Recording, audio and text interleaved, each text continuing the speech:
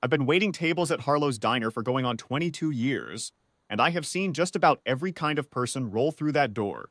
Truckers and traveling salesmen, young couples splitting a slice of pie, veterans nursing black coffee through the long middle of the night. I've seen arguments into proposals and one man cry quietly into a bowl of soup for reasons I never asked about. You work a counter long enough, you think you've cataloged all the ways a human being can sit in a room. Then comes a Tuesday in October that rewrites every catalog you thought you had. It was late afternoon, maybe 4 o'clock, that gray hour when the lunch crowd has thinned and the dinner rush hasn't found its footing yet. I was wiping down the counter when the bikes pulled in. There were maybe 8 of them. Iron Compass MC, you'd know their patches if you'd driven this stretch of highway more than twice.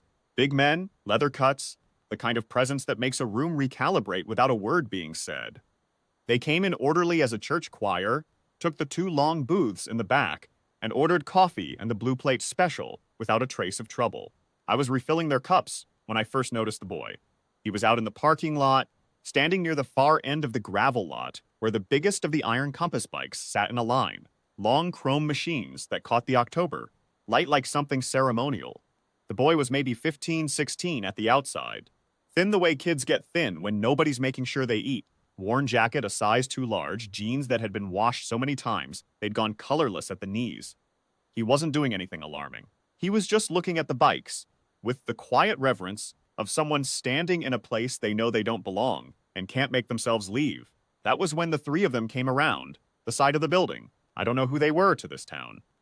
Local boys, older than the kid by 4 or 5 years, the type that moves in a pack, because alone, they don't amount to much.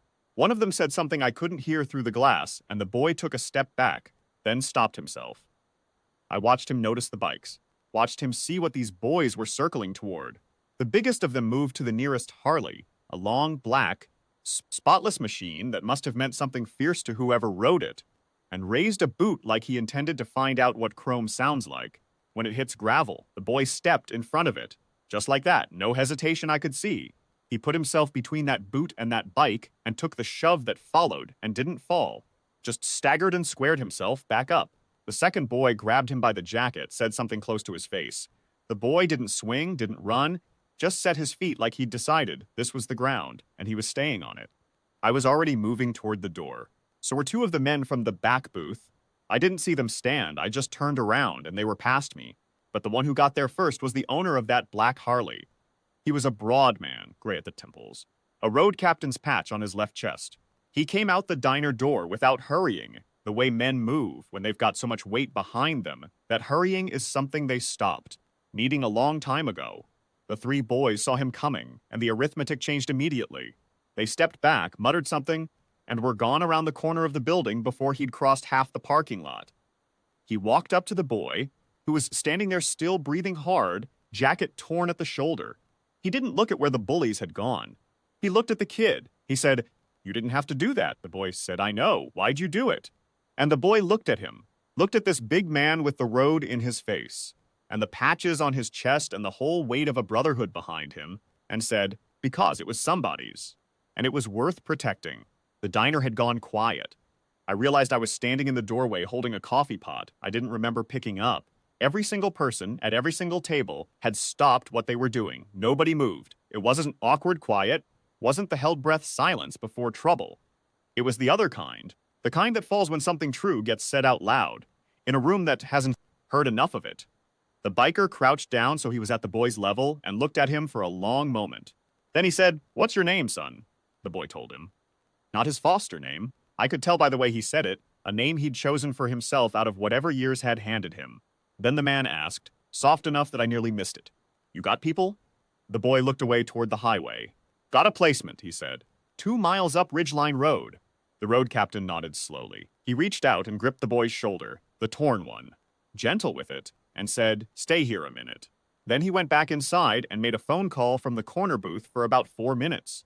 I brought the boy a plate of food without being asked, because it seemed like the right thing, and because I didn't know what else to do with my hands. He ate like someone who'd been rationing, careful and grateful and trying not to show either. The riders finished their coffee. They paid, over-tipped every booth, and filed back out. The road captain stopped in the doorway and said to me, "Thank you for looking out for him." And then they were gone, and the gravel lot was empty. and I thought that was probably the end of it. I was wrong about that. I couldn't sleep that night. I don't have a good explanation for why, except that sometimes you witness something true and it keeps making noise inside you long after the moment is over.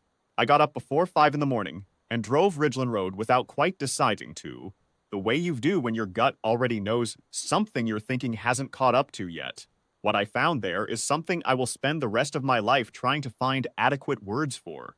The narrow two-lane road that fronts the Foster property, which is a plain house behind a chain-link fence on a flat piece of land, that road was full, both shoulders, as far back as I could see into the pre-dawn dark. Motorcycles parked in formation, their riders standing alongside them, headlights and running lights catching the mist.